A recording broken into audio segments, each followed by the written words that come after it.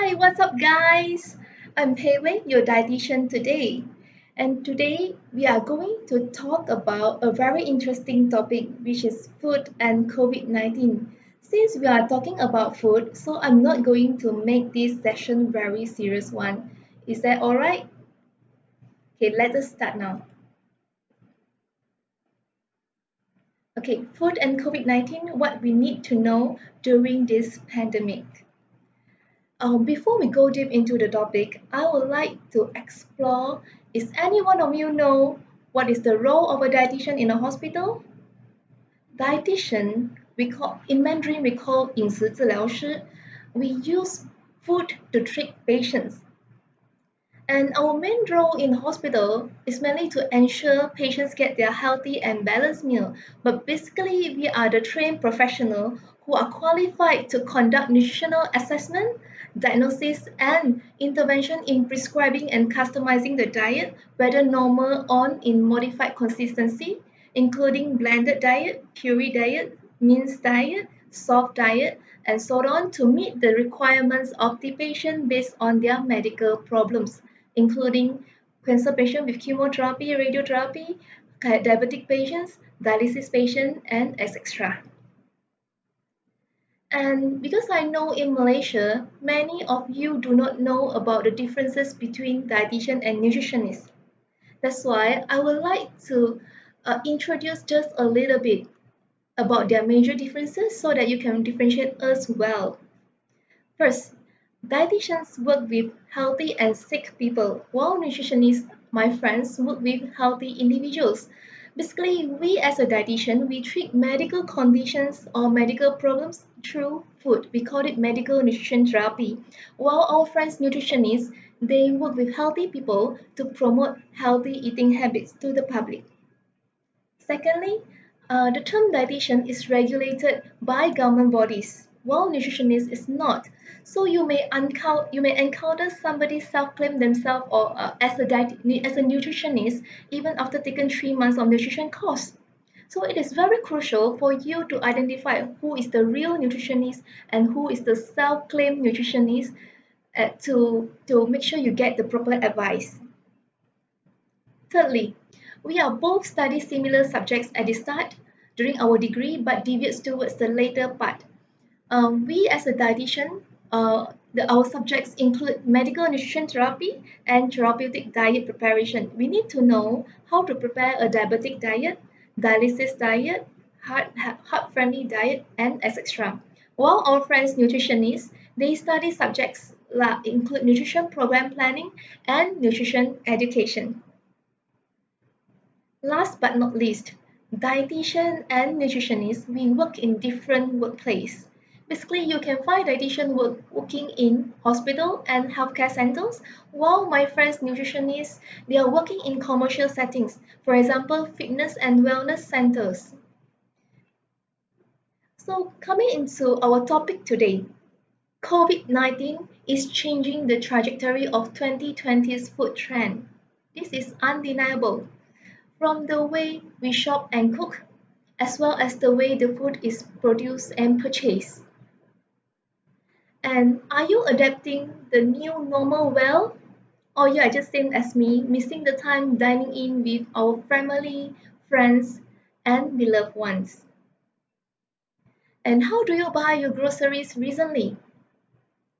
Are you wearing a face mask and gloves whenever you are out from your house?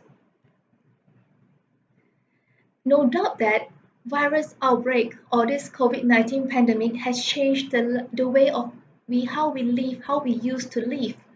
E-grocery, food delivery, and online shopping has become the fastest emerging industry during this pandemic, and the trend of it is expected to accelerate further.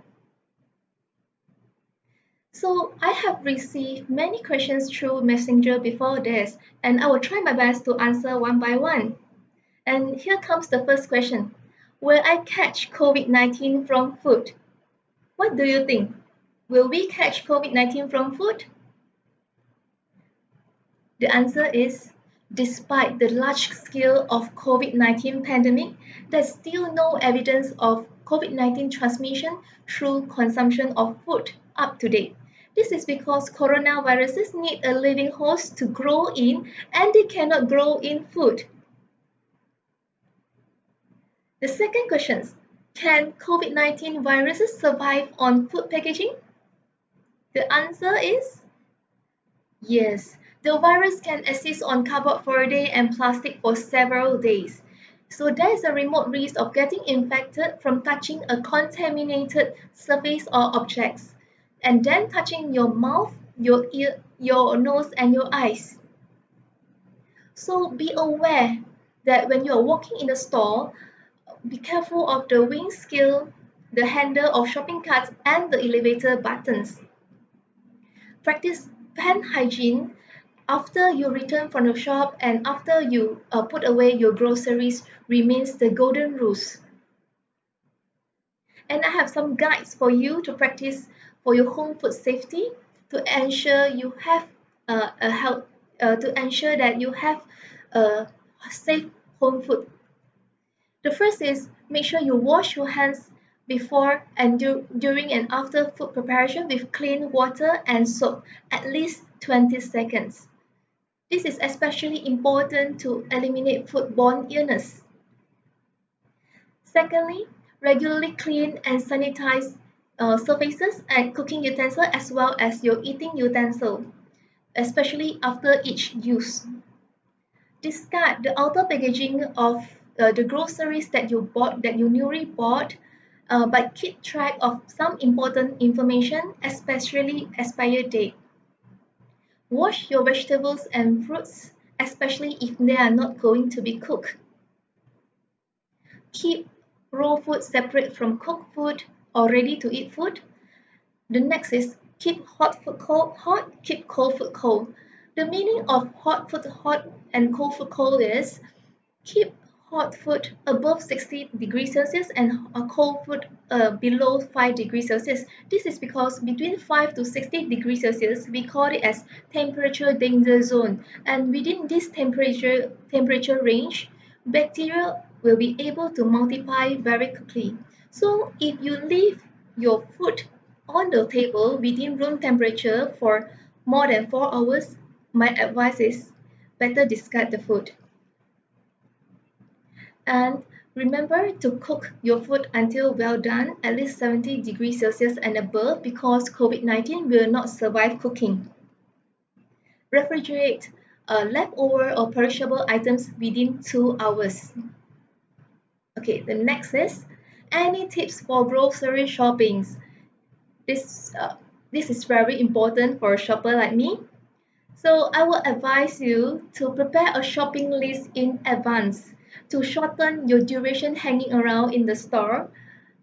Okay, and then wear a face mask and practice social distancing, keeping at least 1 meter from others. Besides this, you should also use a wipes to wipe the handle of the shopping cart or basket, and make sure to wash your reusable or recycling bag after each use. And lastly, which is the most important one, after return home from the shop and after put away your grocery, remember to wash your hands with clean water and soap for at least again 20 seconds. And the next question, which is a very popular, very hot during this pandemic, what are the supplements that help to boost up immune system? Okay, the term used here is boost up. Actually, we shouldn't use the term boost up because none of the food or supplement can boost up our immune system. Our immune system can only be supported or maintained through food or supplement, but can never be boosted. So, is any one of you have any ideas, or any one of you bought any supplement during this pandemic during the MCO? Actually, this is very common, and as even my mom and my sister also keep asking me what are the supplement that they should have once they resume work. And my answer to my mom is there's no supplement can substitute a healthy and balanced diet. Remember, not only healthy but balanced, not only balanced but healthy. If you really worry that there's if you're really worried that your diet cannot provide you with adequate nutrition, then you may consider a multivitamins and mineral supplements. And it is the role of a dietitian to always remind you to get as many nutrients as possible through natural food sources. I repeat, natural food sources as a healthy and balanced diet can provide you a wide range of natural compounds that you will not find in supplements. Okay, we received questions from Miss Stephanie. Oh, okay, I remember her. This is my patient. May I know whether there's any dietitian in Island Hospital who can advise on kidney diet for CKD patients? Thank you, Miss Stephanie. For information, we have 4 dietitians in Island Hospital, and all of us can advise you on a CKD diet. So if you have any inquiries, you can drop by our office or our counseling room, or give us a call. Thank you. So, to continue with this, I would like to highlight to you all about the importance of each and every micronutrients and the role that they play in immune system. For example, vitamin A. Vitamin A supports white blood cells that help identify pathogens like viruses. Vitamin B6 and B12, they help to produce new immune cells, and these are the food that is high in vitamin B6 and B12. Vitamin C helps immune cells attack pathogens and viruses, and it also helps to maintain the skin, which is our external barrier to infections. And if you want to know the food high in vitamin C, refers to the picture. Copper, a mineral that helps to protect and fuse immune cells. Vitamin D, okay, a very interesting vitamin right now because previously researchers only able to link vitamin D to skeletal muscle, but now, actually recently, researchers found that vitamin D deficient people is associated with reduced immune response. So researchers actually advise us to get vitamin D rich food, and it is also it's vitamin the best source of vitamin D is through the sunlight exposure. And my recommendation is your sunlight exposure should be in between 10 a.m. to 12 noon, between for about 15 minutes and at least 3 times a week. Folate or folic acid, it helps to produce new immune cells too. Okay, iron. It maintains the health of immune cells, and we actually have heme iron and non-heme iron. Basically, heme iron gives better absorption than non-heme iron, but both are good for us, for our immune system. Selenium and zinc, both of them are important to produce new immune cells and strengthen response to infections. And if you want to know more about selenium and zinc food sources, you can refer to the pictures here. So I would like to conclude that each micronutrients play a different role in the immune system. So please do not make a hero of just one. This is not fair for them, okay? Okay, the fifth questions that I received is, will high dose of vitamin C, okay, boost our immune system to fight COVID-19? Okay, can I change the questions to maintain or support our immune system?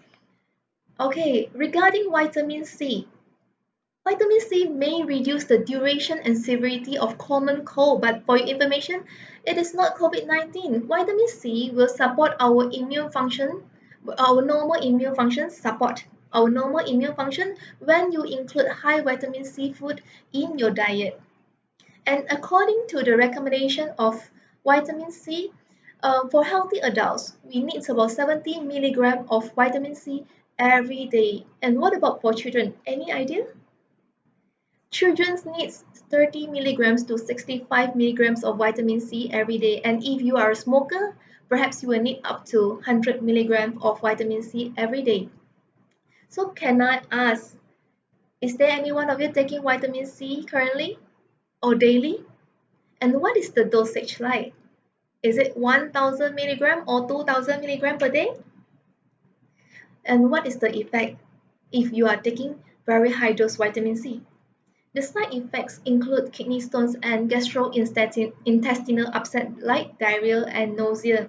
But for your information, Vitamin C is a water-soluble vitamin. So if you have sufficient water intake, which is 2 liters and above, the water may actually help to flush out the vitamin C through urine. So you may not need to be very worried about it.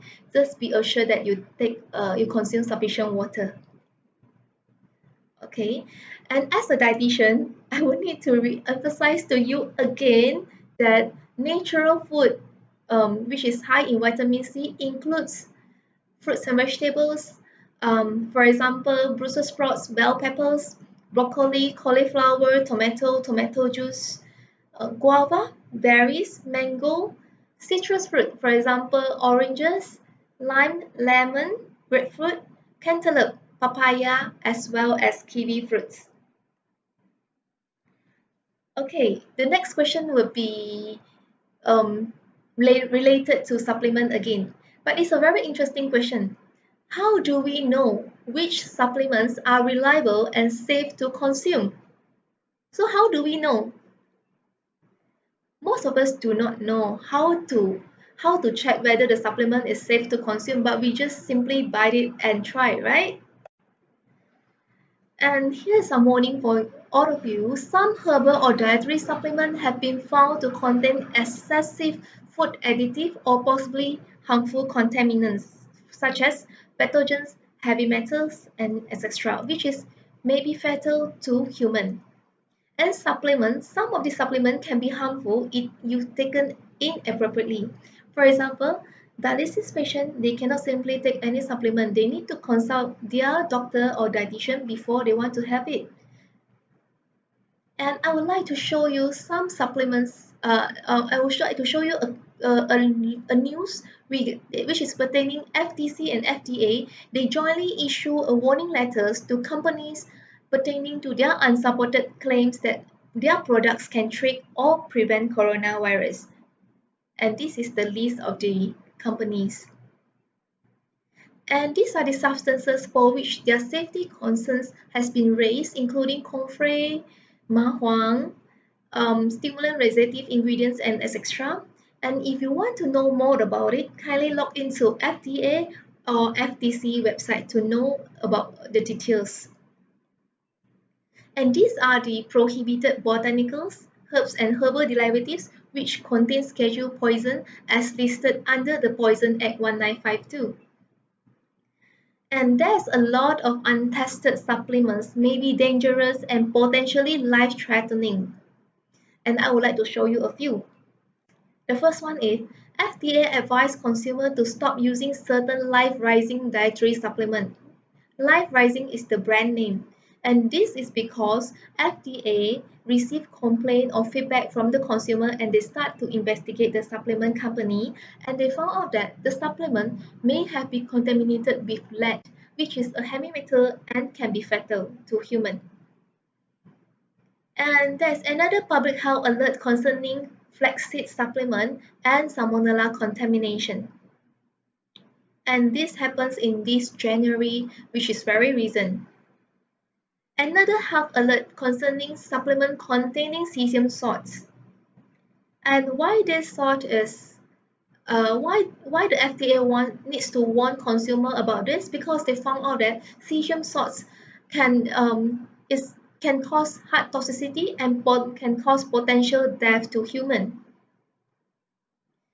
As a consumer, we are protected under Consumer Protection Act 1999 Amendment 2010. So if you come across any false advertising or if you have any side effect after taking any supplements, you can report it to NCCC or MOH. They will help to investigate.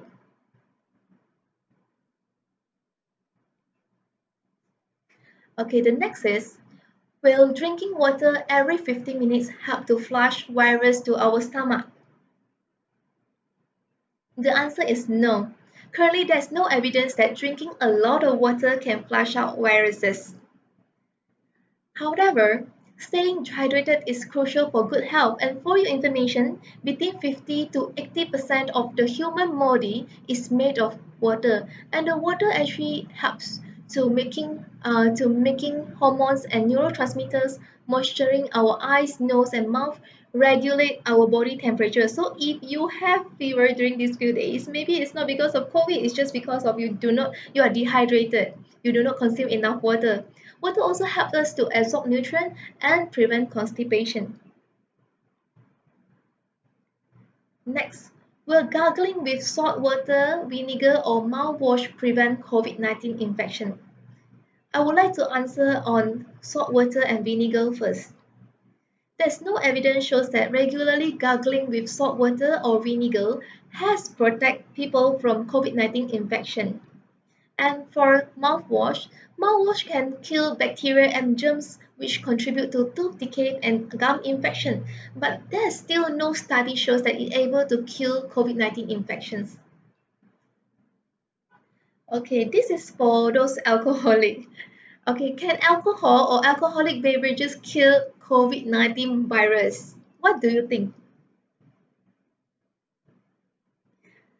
For your information, frequent or excessive alcohol consumption does not protect us against COVID-19 virus. Instead, if you consume excessive alcohol, it can suppress our immune system and it is associated with an increased risk of disease, especially cancer, liver cirrhosis, pancreatitis. And alcohol intake should be limited up to 1 drink per day for women and up to 2 drinks per day for men. And I would like to highlight this. People who do not drink should not start drinking for any reason. So please don't tell people it's Dietitian Pei Wei ask you to drink, yeah? Okay, so here is the example of a standard drink. Just now we say a woman they can have up to 1 drink per day and for men they can have up to 2 drinks per day, right? So what is meant by 1 drink? For beers, it is 1 can. 1 can of beer is equal to 1 standard drink. A 5 ounce of table wine equal to 1 standard drink and 1 shot of distilled spirit equal to 1 standard drink as well. So if you are a man and you want to have some beer, then you are only if you want to avoid the complications of excessive alcohol consumption, then my advice to you is have only up to 2 cans of beer in a day. Okay, we have received a questions from the messenger is from Miss Cindy Tan. Her question is, her father has diabetes and recently he got eczema and he went to see a few doctors and they have no idea why he got eczema because he never had eczema before. She wants to know what kind of food, vegetables and fruits suitable for him because he's quite addicted to fruit juice and he always blend a lot of vegetables and fruits, for example, apple, celery, bitter gourds, carrot, and orange. And he can put it in the fridge and drink for up to 2 to 3 days. They have tried to tell him not to do so, but he's very stubborn. Okay, Miss Cindy, thank you very much for your questions. Um, it is the if I would like to advise you on this, I may take up to half an hour. So, but I would like to show you something later, which is about fruits consumption for diabetes. Can I answer you later? Maybe we just proceed with our questions first, then I will answer Miss Cindy later. Okay, the next question is, what else can we do to support normal immune functioning? The first is being physically active at home, and now you are allowed to go outdoor as well, right? And reducing stress by doing something you enjoy. So what you enjoy? Listening music, reading books, and get enough sleep. How many hours do you sleep every night? 5, 6? You should get at least 7 to 8 hours per night to ensure your immune system is functioning well. And the take home message for today is choose your food wisely. Um, and this is the health, we call it healthy eating plates. And you try to remember the concept this concept of suku suku separuh, which means fill half 1/4 of your plate with protein food. What is your protein food? Yes, this is our protein, fish. Okay, what else? Soybean curd, tofu, tempeh, tau kwa, your eggs, meat, poultry. This is your protein food. And fill another quarter of your food of your plate with whole grain fruits. For example, whole brown rice, potatoes, and another half of your plate should be filled with plenty of vegetables and fruits. Vegetables and fruits. This is just example. You know, may not need to follow all these fruits here. And for those who wants to reduce their weight, be careful and aware that skipping meals will not help you to reduce your weight in long term. You may have weight reduction in short term, but skipping meals will reduce your metabolic rate and hence it will increase your risk of overweight in near future. And for those who are and for healthy adult like us, we should have three main meals in a day. But if you have certain medical condition, for example gastric pain, or if you are pregnant mother or lactating woman or elderly who cannot take three main big meals, or whoever have dental problems, who have undergoing chemotherapy, radiotherapy, or any treatments, you may advise by your dietitian or doctor to have 1 to 2 snacks in a day. The most important thing is do not skip your breakfast, lunch, and dinner. And no food or supplements can prevent COVID-19. Eating a well-balanced diet is important to support the normal functioning of our immune system. And not to forget the reminders from our beloved Datuk Dr. Noor Hisham. This is the statement from MOH, and I have translated it in the slides in my slides. And here is some advertisement time.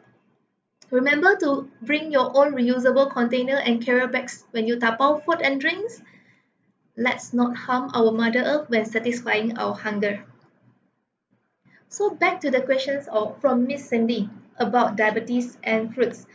Miss Cindy, I'm so sorry that maybe I couldn't answer I couldn't answer the your questions about eczema because it can be related to many different factors and it really needs to be assessed by a physician or a dermatologist.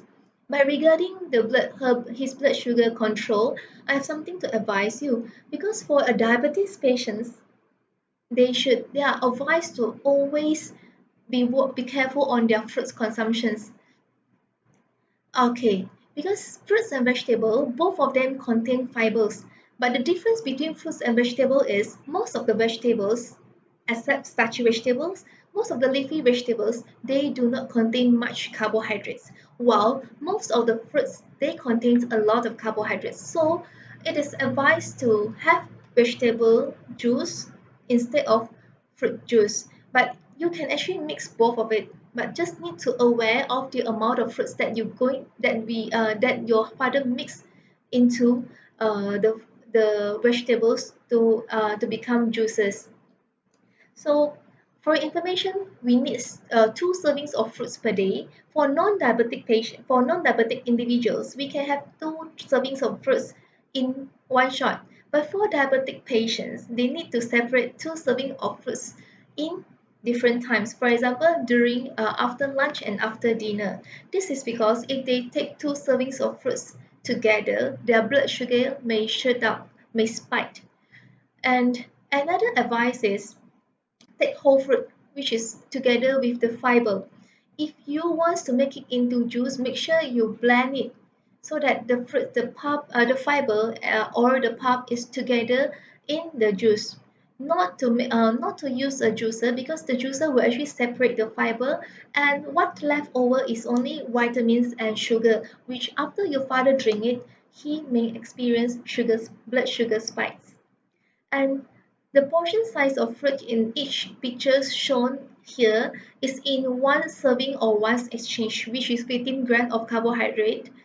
You can refer to the pictures here.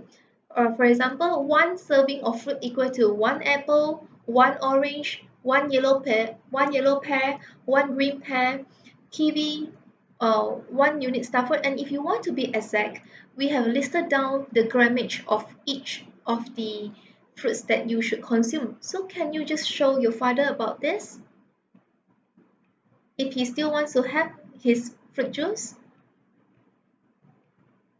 And if he still have any other enquiries regarding his blood sugar spike, or if you have other enquiries regarding the blood sugar control, can you just kindly drop by our clinic for can you drop by our clinic to for further consultation?